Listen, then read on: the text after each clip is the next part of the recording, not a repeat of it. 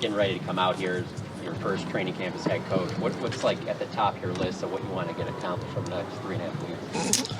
We were talking about that last night with the staff a little bit. Just, we want to have a very physical training camp. There's limitations to what you can do, but, we want to come out of this thing knowing the emphasis of winning the line of scrimmage. Like, that's really important to us, both offensively and defensively. How we want to play, be a physical style team, both offensively and defensively. And so I would say that maximize our padded practices. Obviously got the work coming up against the Rams here in a couple weeks, and that's the big emphasis right now.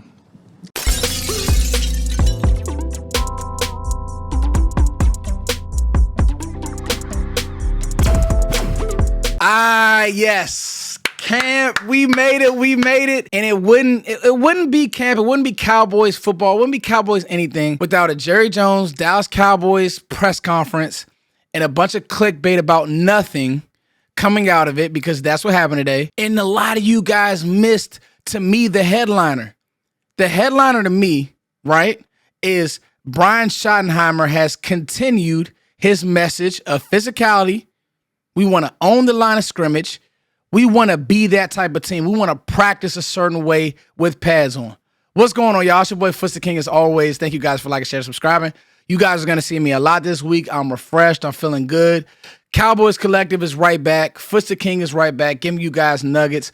And honestly, I love talking ball, like football, right? Like, can't wait till the clips start rolling in.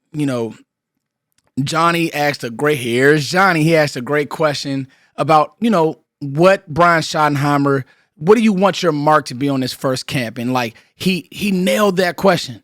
But all we're talking about is Micah Parsons drama. I'm not talking about it. I'm not going to talk about it. But everybody's talking about Micah Parsons drama, this, that, and the third. And yes, I'll get to the Diggs stuff because I think that actually does hold weight. But guys, Micah Parsons, who he retweeted, all this other fluff, it doesn't matter. Micah Parsons is going to be a Cowboy for a long time. And you guys know that. So when reporters ask Jerry stupid questions about, and all these Twitter accounts get, these clickbait, rage bait tweets. Come on, y'all. Let's be smart. So I want to get into Brian Schottenheimer because he's being more and more consistent, and it means something to him. Like, when somebody says something and they're consistent about it, and it keeps popping up, violent, physical, line of scrimmage, it means something. He drafted Tyler Booker. It means something. Running the ball, it means something.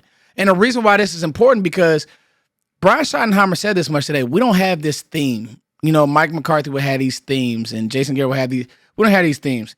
My theme is compete, win the line of scrimmage, be physical, violent.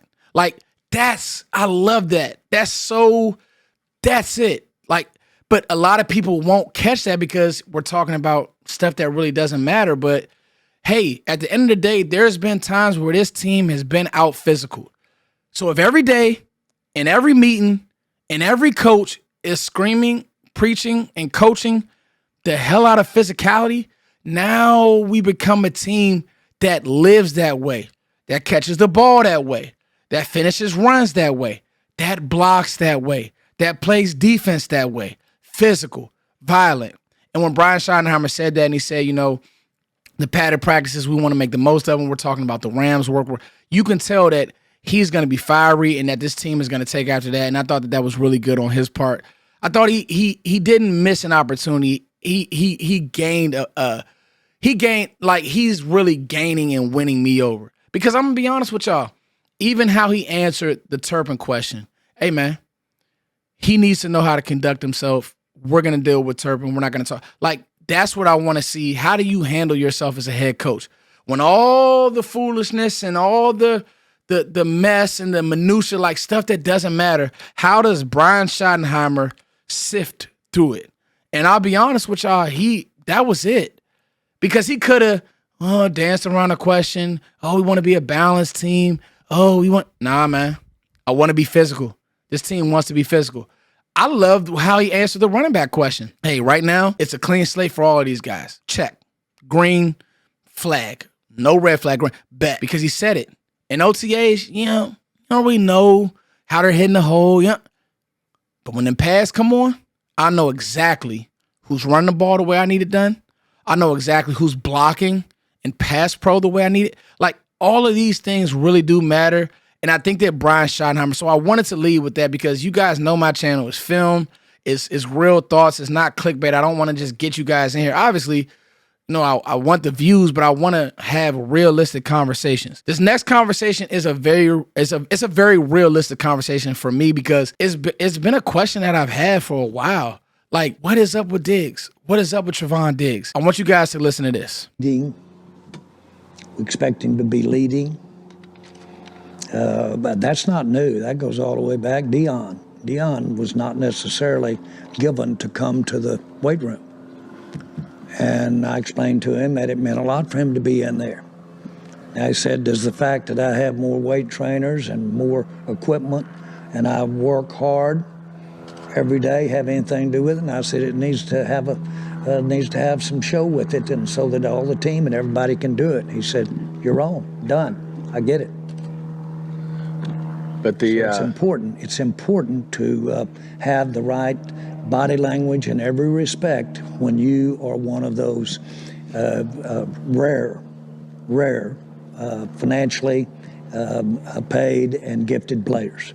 You've got to have some leadership about you. But the de-escalation is contractual, spelled out. So he understood when he decided he was going to train in South Florida. He understood what the consequences would be.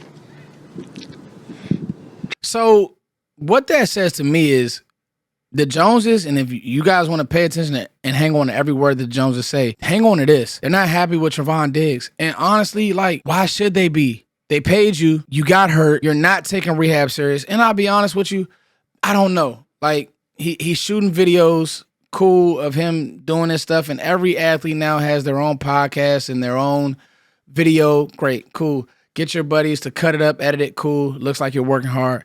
And that's fine. But, bro, your employer wants you in Dallas rehabbing with their medical staff. That's where Diggs needs to be. And like Steven jumped in and said, hey, he knew the minute that he wanted to train in South Florida, he was going to get fined that $500,000. Why is everybody and why are folks crying, woe is me now? There is no woe is me. If my employer is telling me something that I need to do, like listen, y'all see this lady right here? Rest in peace to my grandmother.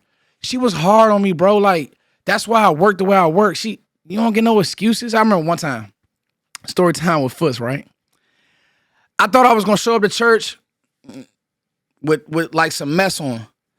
Boy, she went off, because when you be where you're supposed to be, do what you're supposed to do. When you come to church, you don't come to church in a shirt. And I know, God judges. He don't judge. I get it, but it's a standard. The Cowboys and this new energy they're trying to create and how Schotty's trying to coach it and create it, bro, it's a standard. Hey, Diggs, you haven't been in communication, or maybe you have. I don't know. I don't care. But I do know that you got fined $500,000. Micah wants a new contract, but Micah's been there. So these are choices that you're making. We got to stop giving these guys excuses. Oh, the Joneses, they're so hard. They paid them. They paid Terrence Steele. You want to take something else that Jerry Jones said? I thought that Jerry was spot on. Like, bro, everybody's saying, oh, why can't you get this extension done? Look how Steele has played. Hasn't been great. Now, that's not to say that he shouldn't have got paid. You could blame the coaches, whatever. But then this year, there is no coach excuse. Steele needs to play better. When's the last time Trevon Diggs has been like lights out?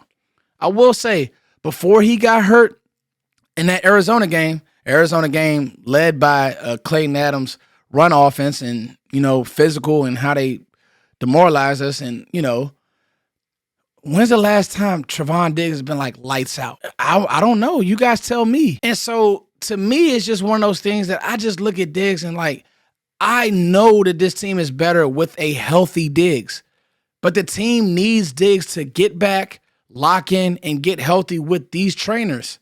And if you're not going to do that, it just feels like it's the end with Diggs and the Cowboys. And this is why they drafted Savon Ravel. This is why I'm sure they'll probably bring in another corner. But we don't know when Diggs is going to be back. He's doing his own thing.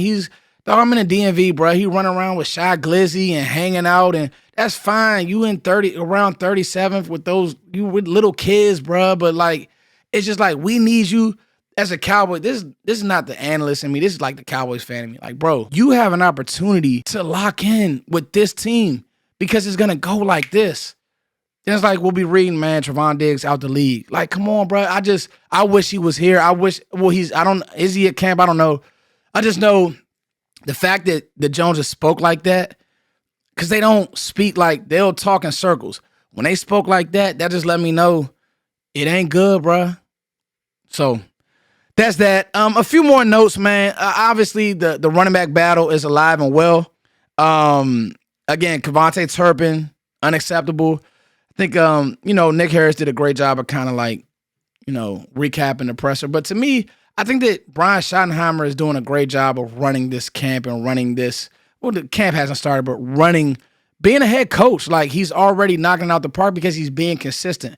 I'm looking for holes, and I can't find much. But Micah is there, so that's good. He's showing the leadership, and they said this much. I thought it was also funny how Steven kind of corrected James Slater. Like, no, Jerry doesn't talk to the agents, and I don't think that he does. And so many people want to just jump to conclusions and just throw tomatoes at Jerry. Like, if you're focused on Jerry Jones as a Cowboys fan in 2025, I don't know why. Like, yes, he's at the top and this, that, and the third, but he's also done some great things as far as in the draft. If anything, I'd be focused more like on coaching, and maybe they should have fired Mike earlier. But, I mean, bro, to keep giving players excuses, like this stuff with Diggs and him just not showing up, it's unacceptable, bro. You got paid. Now you clowning. Camp is here, y'all. I'm excited. Want to get this video out. Listen, content is going to be coming hot. I'm going to have guests on. I'm going to have John on. I'm going to have all these different reporters on. We're going to be talking about just a bunch of different topics. So you guys stay locked in with me. First practice is tomorrow. As always, I love you guys. It's your boy, Fus the King. Peace.